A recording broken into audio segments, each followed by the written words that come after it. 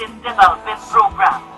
Dito siya namulat sa kalagayan ng kanyang tinubuang syudad, ang Naga City, na noon ay nasadlak sa utang at kung saan naging talamak ang bahay aliwan, droga at weapon.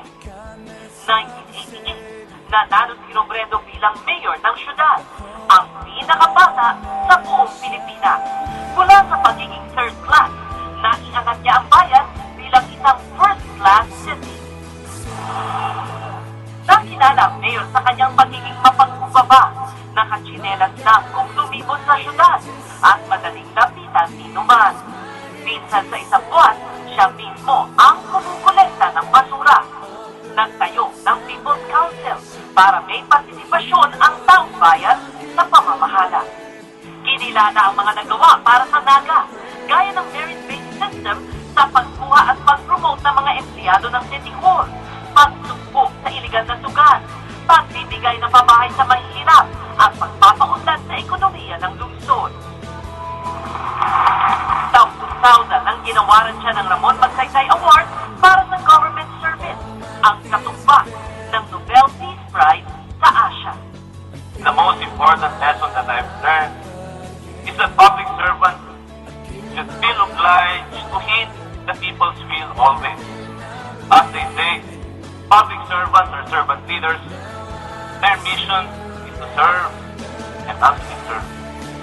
Nang matapos ang tatlong termino, nag-aral sa Harvard School of Government at sa halip na mag-senador o gobernador, mas pinili ni Robredo na muling magsingkod sa kanyang mga kababayan. 2010 nang matapos ang huling termino bilang mayor. Hanggang sa mahirang ni Pangulong Aquino bilang Secretary of Interior and Local Government. Ito'y kahit ilang beses pilit-pilit ng mga kalaban sa politika ang kanyang pagka-Pilipino. Ang kanyang lolo kasi ay isang Chinese immigrant. May 27, 1958 nang isilang si Robredo. Sabi niya, ang pagiging masino ay nakuha niya sa kanyang ama na napulang nang siya ay 4 na taong gulang lamang. Even if that's handicap, then anak buhay mo at nag-control mission kami doon. Kaya nagkikita ng bansa, kaya nag-aayos ng makina. Pinabasahan lang namin sa espacio ng makina.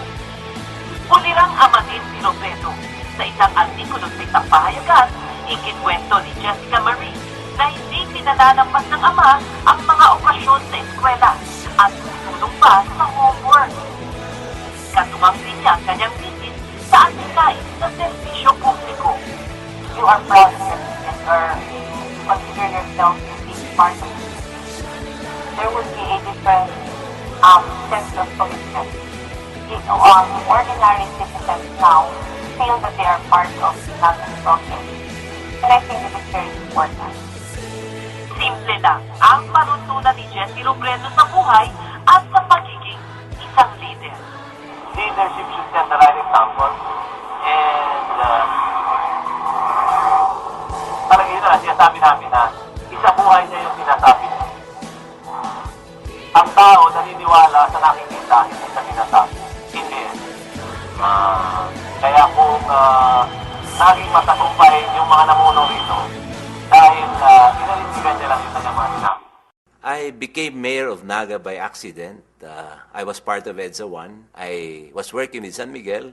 The career path that I was looking at was succeed in a private company, make a niche as a senior executive later on. And here is this new government. It's asking you to make your own sacrifice, go back to the city, work in the city. And that's the basic reason why I returned. Of course, the other thing is the city has been good to the family. We owe it that at least one member of the family should serve the city.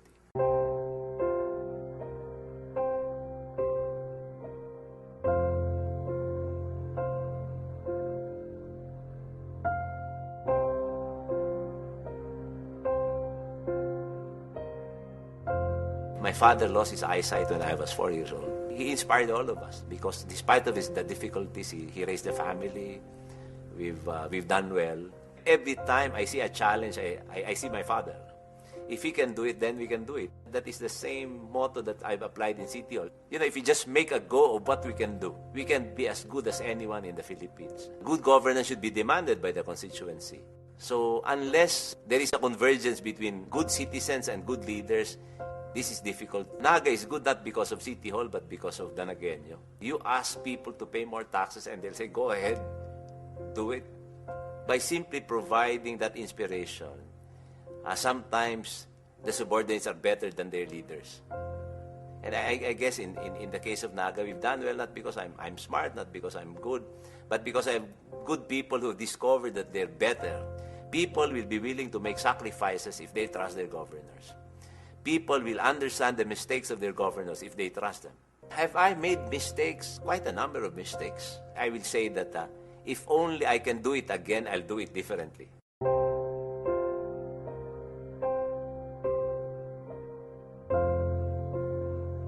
If I walk down the street of the city, I see people who are hopeful of the future despite the difficult times that we're facing. I see people who've struggled and who have succeeded because they relied on themselves. The reason why I'm very confident of the city is because we have proven that despite difficult times, we have prospered. We are inspired not by how smart or how intelligent our leaders are. We are inspired by the kind of character that he demonstrates. Because, you're not just a problem solver. You're also an inspirational guy that they can go to. Things become very, very difficult.